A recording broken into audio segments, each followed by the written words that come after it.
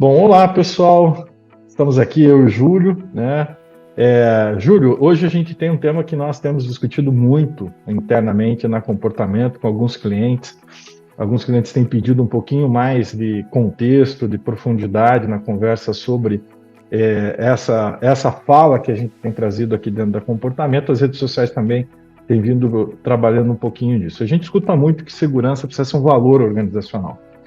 Mas hoje, através das nossas atuações, a gente percebe uma dificuldade antes dela ser uma competência, né? Como que é isso, Júlio? Esse dilema, esse desafio que a gente tem, que a gente escuta, é prioridade, é competência, é um valor? Como é que você hoje, né, com tanto tempo de experiência, consegue trazer um pouquinho dos aprendizados que nós tivemos na comportamento em relação a essa questão? Legal, Odilon. Cara, esse é um tema importantíssimo de ser colocado na agenda das organizações hoje, que é como a gente pode entender o papel que a segurança tem no desenvolvimento, na fundamentação da liderança dentro da empresa. E até para responder a tua pergunta, eu faço uma provocação inicial, né? Quando a gente olha grande parte dos executivos, dos líderes que nós temos na empresa hoje, boa parte deles, quando você olha o currículo, eles têm lá um MBA. E até pelo perfil dos nossos clientes, né, Odilon, você sabe disso muito melhor do que eu, normalmente esses líderes estão fazendo programas de formação e pós-graduação em escolas de negócio de altíssimo nível, escolas de referência mundiais até. Quando você vê a ementa da formação desses líderes, você vê lá que ele fala sobre gestão de logística, gestão de pessoas, gestão de N fatores. Mas quase nunca você vê ali gestão de risco, ou gestão de segurança, ou elementos relacionados ao cuidado com as pessoas. Então, acho que esse é uma primeira provocação que a gente precisa se fazer e fazer hoje para o mercado, né? Por que não ter elementos de gestão de risco dentro do programa de formação dos nossos executivos hoje, quando eles saem dos muros da empresa para fazer as suas pós-graduações?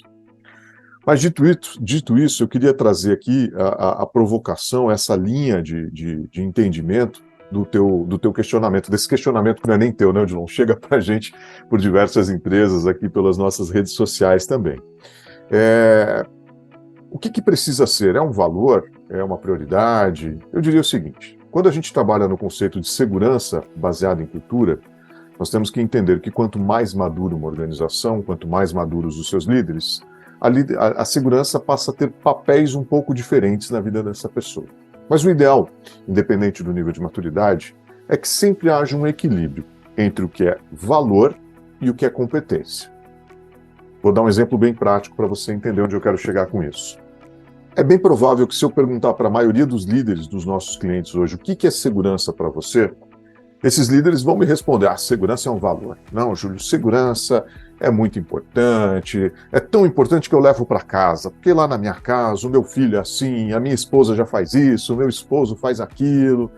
Pô, bacana demais, a pessoa traz aquele elemento como parte do seu valor. Mas para esse mesmo líder, quando eu viro para ele e pergunto assim, me dá 3 exemplos de gerenciamento de risco bem feito que você fez no teu último ano como líder, você vai ver que talvez esse líder tenha que parar para pensar um pouquinho para responder essa pergunta. Será que ele consegue entender como é que ele coloca esse valor na prática e transforma isso numa competência, numa prática diária? Alguns líderes ainda confundem fazer uma inspeção como gerenciamento de risco.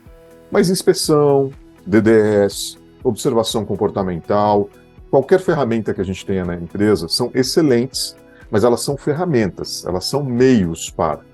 E a gente precisa utilizar essas ferramentas para efetivamente gerenciar um risco. Então, como é que a gente pode entender hoje segurança como uma competência? Talvez até como uma das competências de futuro dentro das organizações. É o modelo mental de gerenciamento de risco. Eu tenho que ser capaz de chegar na minha área, independente da área, pode ser uma área administrativa, uma área operacional, de manutenção, o que seja, qual seja. E eu tenho que ser capaz de diagnosticar os potenciais riscos que tem ali, trazer isso para uma matriz de materialidade, trazer isso para uma matriz de risco, dependendo de qual é o sistema que a organização utiliza, e pensar estratégias eficientes para gerenciar esse risco. Se eu tenho riscos que são inaceitáveis, usando uma terminologia de uma matriz específica, se eu tenho ali riscos inaceitáveis, o que eu faço de fato para que aqueles riscos passem a estar dentro de uma linha de aceitabilidade dentro da organização? Então é importante entender que eu posso ter o discurso da segurança como valor, ter o exemplo da segurança como valor em pequenas coisas, na forma como eu discuto, como eu tomo decisões, que é excelente, mas nós temos que preparar os nossos líderes para que eles também tenham a segurança como competência, ou seja, eles precisam gerenciar o risco no dia a dia. Me permita até mais um exemplo bem prático. Eu tenho visto em algumas organizações, por exemplo, avaliação de performance de fornecedores, avaliação de performance de pessoas, e normalmente o que se vê do ponto de vista de avaliação de performance quando a gente entra no elemento de segurança? As pessoas disseram assim, teve ou não teve acidente. E isso é o que vai basear toda a performance de um fornecedor, por exemplo, ou de um líder que está subindo na carreira, se movimentando dentro da companhia. E pouco se fala da capacidade de gerenciamento de risco, das estratégias de gerenciamento de risco, da utilização das ferramentas para gerenciamento de risco. Então é essencial que as organizações hoje elas comecem a pensar o quanto elas estimulam os líderes a ter esse modelo mental de gerenciamento de risco e, principalmente, o quanto elas preparam, o quanto elas formam, o quanto elas educam a liderança para esse novo modelo de pensamento.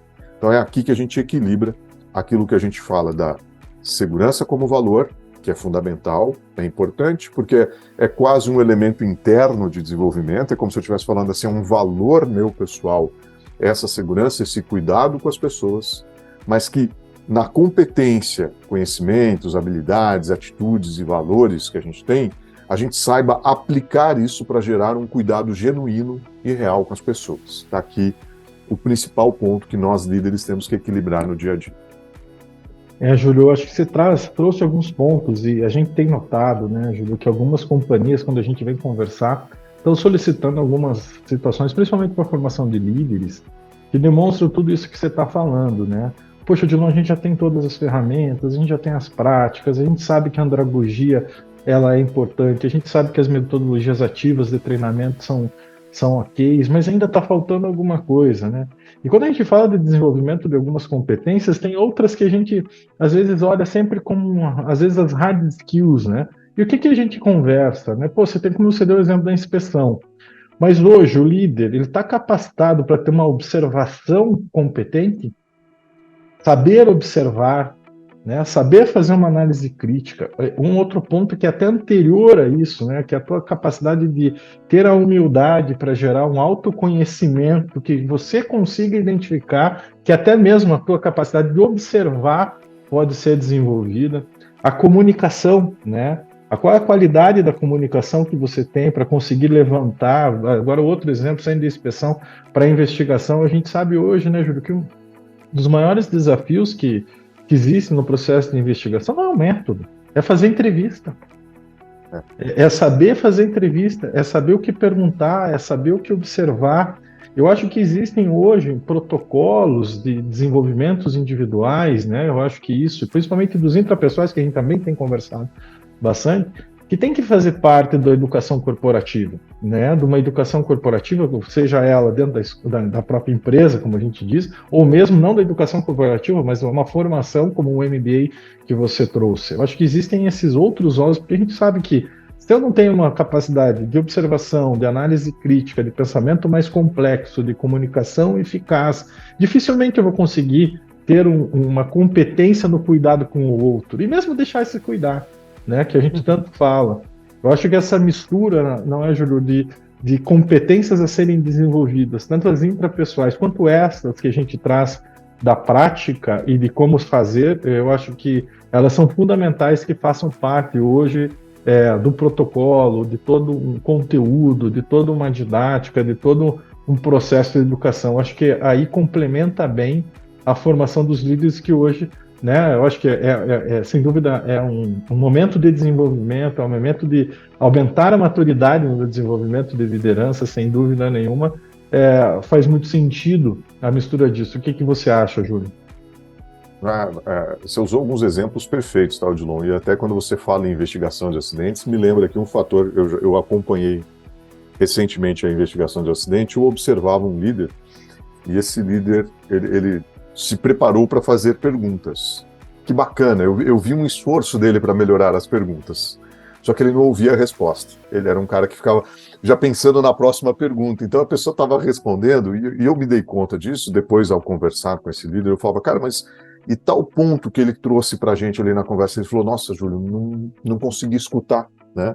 Então, escutativa, né, cara, parece uma coisa tão simples, mas é preparar a gente para que naquele momento da conversa, da entrevista durante uma situação de investigação de acidente, com acidentado, com testemunhas, com liderança, seja com quem for, eu esteja preparado de fato para ouvir aquelas pessoas, eu esteja presente de fato ali para ouvir aquelas pessoas. Então, eu acho que esse é um desafio, e é um desafio bacana, na minha opinião, porque ele coloca para a gente aqui uma fragilidade da integração entre áreas, né? Quer dizer assim, que algumas organizações podem ter hoje. O time executivo, eu costumo dizer que a liderança, ela precisa olhar para esses temas e não é exigir da área de segurança ou da área de SGI, ou exigir, é olhar para a área e falar assim, como é que nós educamos as pessoas dentro da organização? O supervisor educa uma pessoa, a liderança educa uma pessoa, e a gente precisa ser preparado para ser esse líder educador. Então não é o RH, uma área de recursos humanos ou de DHO, enfim, de talentos, né? Independente do nome que se usa dentro da organização hoje, não é só pensar o processo de formação, mas é como esse processo conversa com esses desenvolvimentos intrapessoais, é como esse processo conversa com o dia a dia de um líder que está ali, às vezes, do lado de um equipamento que tem uma alta rotação e, portanto, um ruído muito alto, e a gente fala assim, cara, você tem que ter escutativa. A escutativa não é no pé da máquina, né? Mas a escutativa é no DDS, é no bate-papo com a equipe, é na avaliação de desempenho que a gente está fazendo no nosso time, onde a gente põe os elementos de segurança como um elemento importante. Esse é um tema, viu, John, que a gente precisa colocar na agenda de todos os stakeholders que a gente tem hoje, né? Dos nossos clientes, dos nossos fornecedores. Assim, o quanto a gente é capaz de entender a capacidade de cuidar das pessoas como uma performance das pessoas dentro da organização. O quanto eu sou capaz de cuidar. Então, acho que fica aqui também uma outra reflexão e uma outra provocação a partir do que você falou. Perfeito, Júlio. Pessoal, espero que a gente tenha conseguido esclarecer alguns pontos. É um tema extremamente complexo, contemporâneo, visto que a maior parte das empresas, como a gente disse no início aqui, as ferramentas são muito semelhantes, os programas, os sistemas de gestão cada vez indo para um sistema muito focado aí na questão do desenvolvimento de uma cultura de segurança, no cuidado com o clima também de segurança, mas que tem algumas outras coisas que são muito importantes para que tudo isso ganhe uma fluidez, né, e entre num estágio de êxtase, né, de controle, de gestão, mas principalmente de fluidez, que torna cada vez mais as culturas antifrágeis, né? Eu acho que esses são temas que a gente vem trabalhando em alguns momentos, e quando a gente interliga tudo isso, a gente sabe que nada mais é do que tirar nós, líderes, né, Júlio, da zona de conforto e nos levar para a zona de aprendizado. Eu acho que é isso que faz uma diferença danada. Ficamos aqui, pessoal. Espero que tenhamos atendido, né, as expectativas em relação a esse tema, e ficamos à disposição para qualquer outro tema que venha e que a gente possa discutir aqui. Um grande abraço. Grande abraço.